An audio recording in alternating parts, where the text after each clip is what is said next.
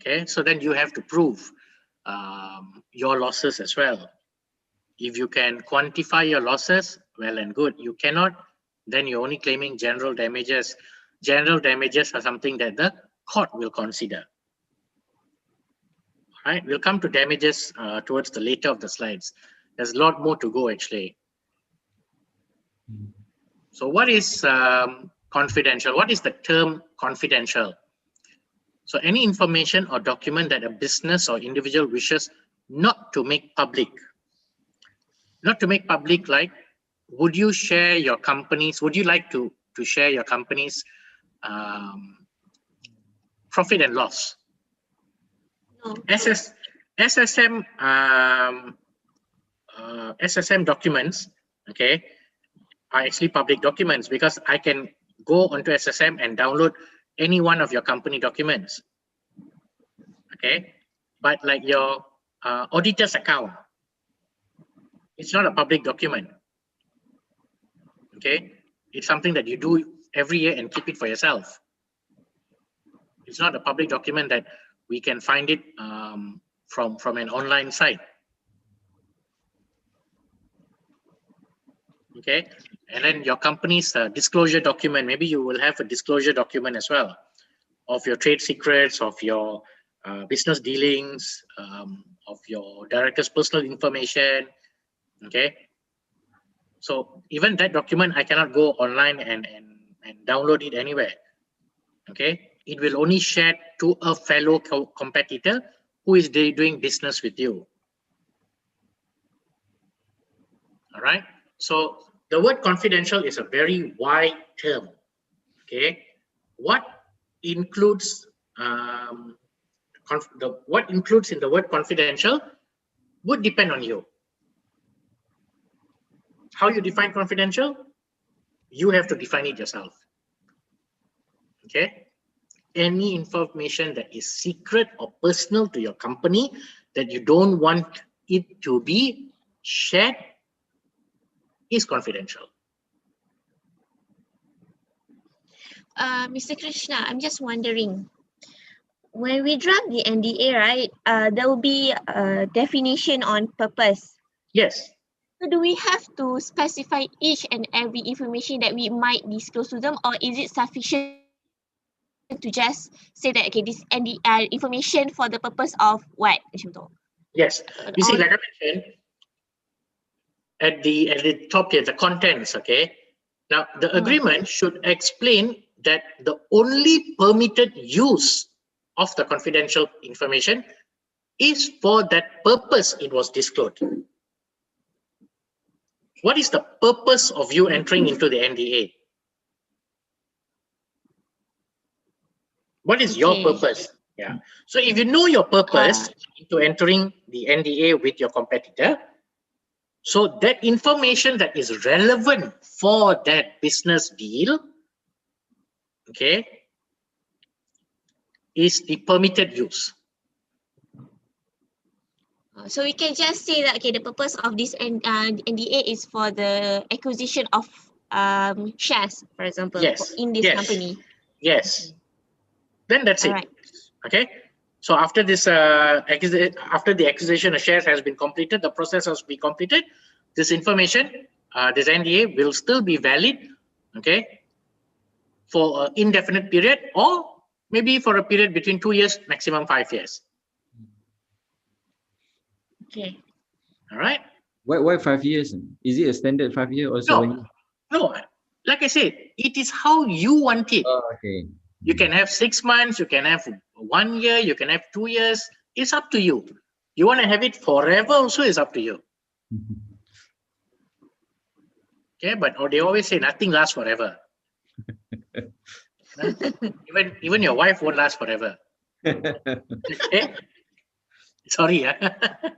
So, nothing lasts forever. So information, because you see, confidential information that you share changes over time.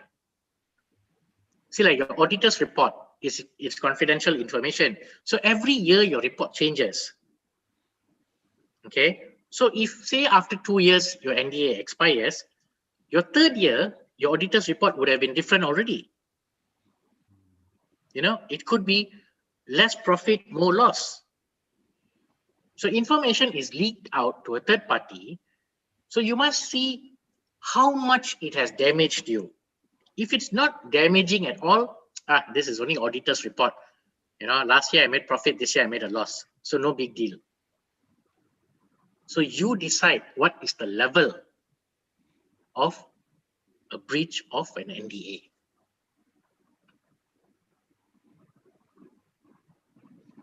So the service level agreement should include not only a description of the service to be provided.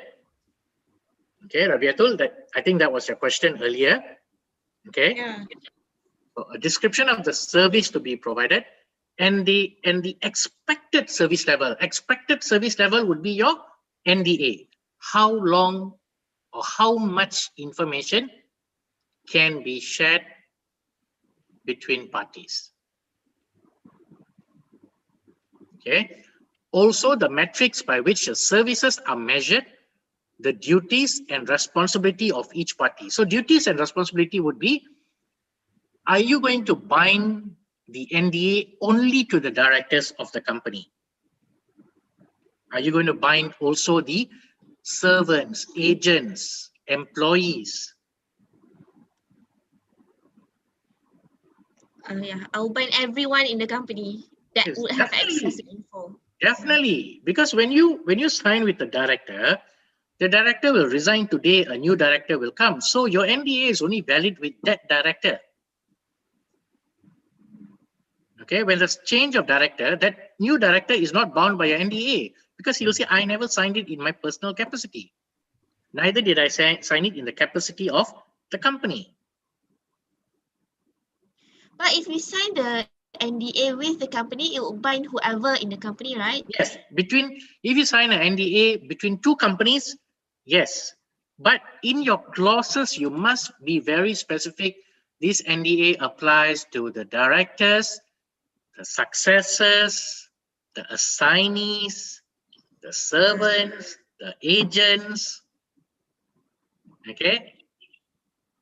So in that manner, all right, what will happen is, even if a director resigns and a new director comes in, that NDA still binds him. Okay. Right? All right.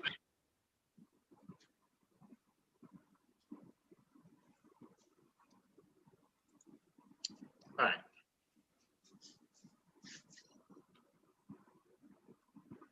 So this is the process to create a service level agreement between you, the supplier, and a customer.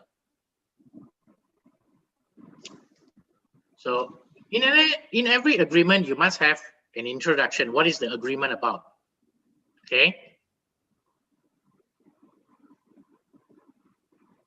Then you have define who the agreement involves. You must have parties to the agreement. Okay. And then write down a category your service falls into. So what kind of service? Is it industry, or whether it's plantation, whether it is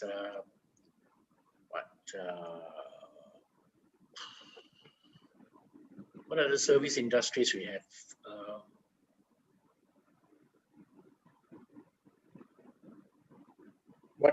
What kind of industries? Maybe investment. Yeah. Okay. Then you must also have the purpose for the agreement. So when you know the purpose for the agreement, okay, then you know the goal as well. You know what you're achieving at the end of your agreement.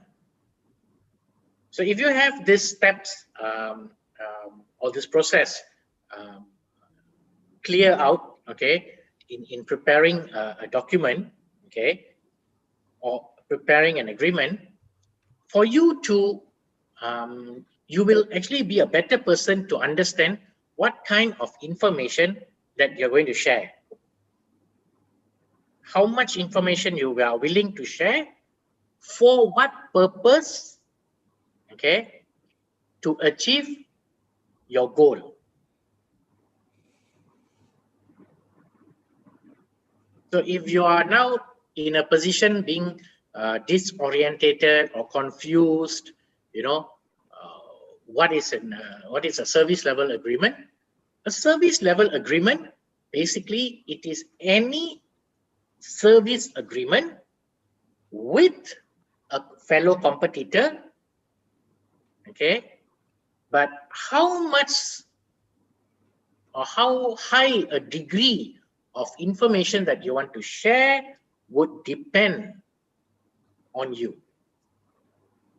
For a common purpose to achieve the goal. Get it? The SLA, sorry, because I have never experienced this, the SLA. So the SLA is between a company and its competitor, is with its service provider? It can be anyone. both. Anyone. You see, like a service provider. Who is a service provider? Someone who wants to enter into a contract for service with you. Okay. Okay.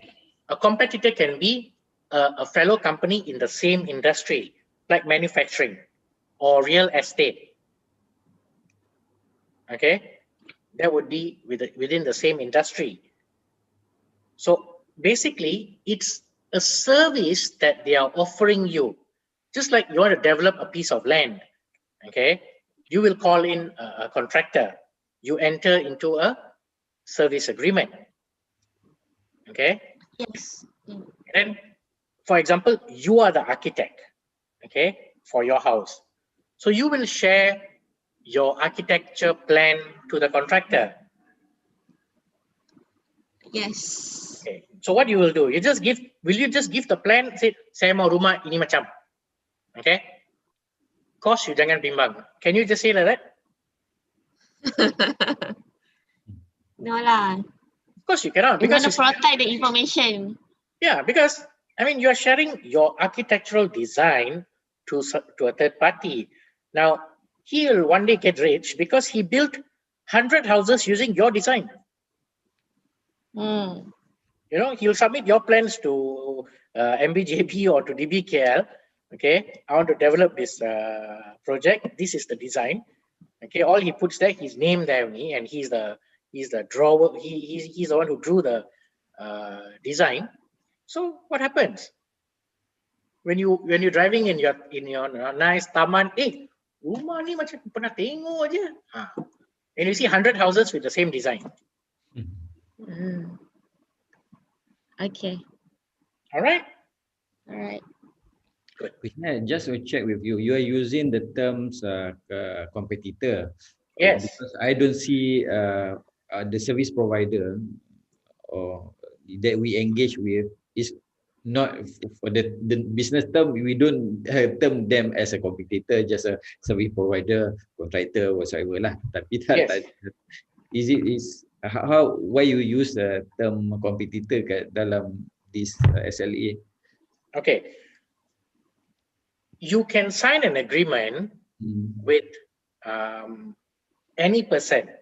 I'm only using an example as a competitor, or even I'm using an example as a supplier, okay, or even a provider. It's just a term that I'm using. I'm not talking. This talk is not about only with competitor. Okay, it covers a whole wide range of providers. Okay, or with anyone you are signing a service agreement with. Okay, so like I said, I'm only using the term competitor or service provider, okay, or agent or supplier. Is just a term. So both of us can enter into an agreement. Okay, individual and individual as well. Okay, both of us can enter, but how much information you want to share with me is up to you. Whether you want me to sign an NDA, or would you like to sign for me to sign a contract for service with an NDA clause in that, it depends on you.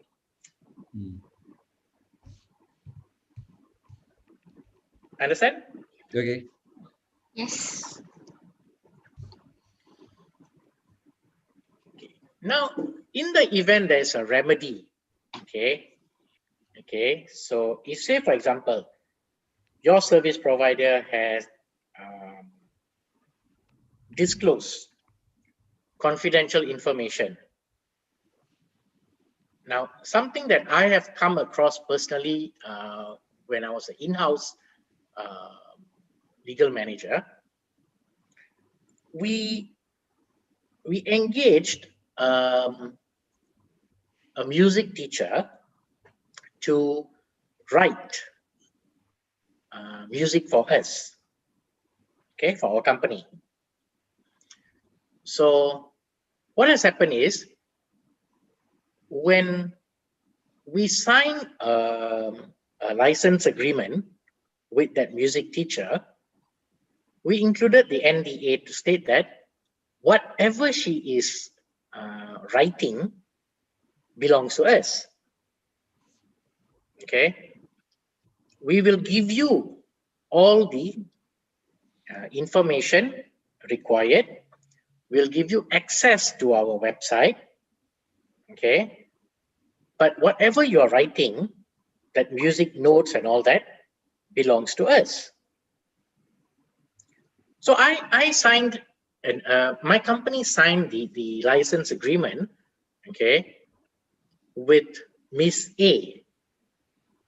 So we also had an NDA with Miss A. But Miss A couldn't fulfill her obligations. Okay, we wanted, actually, we were a bit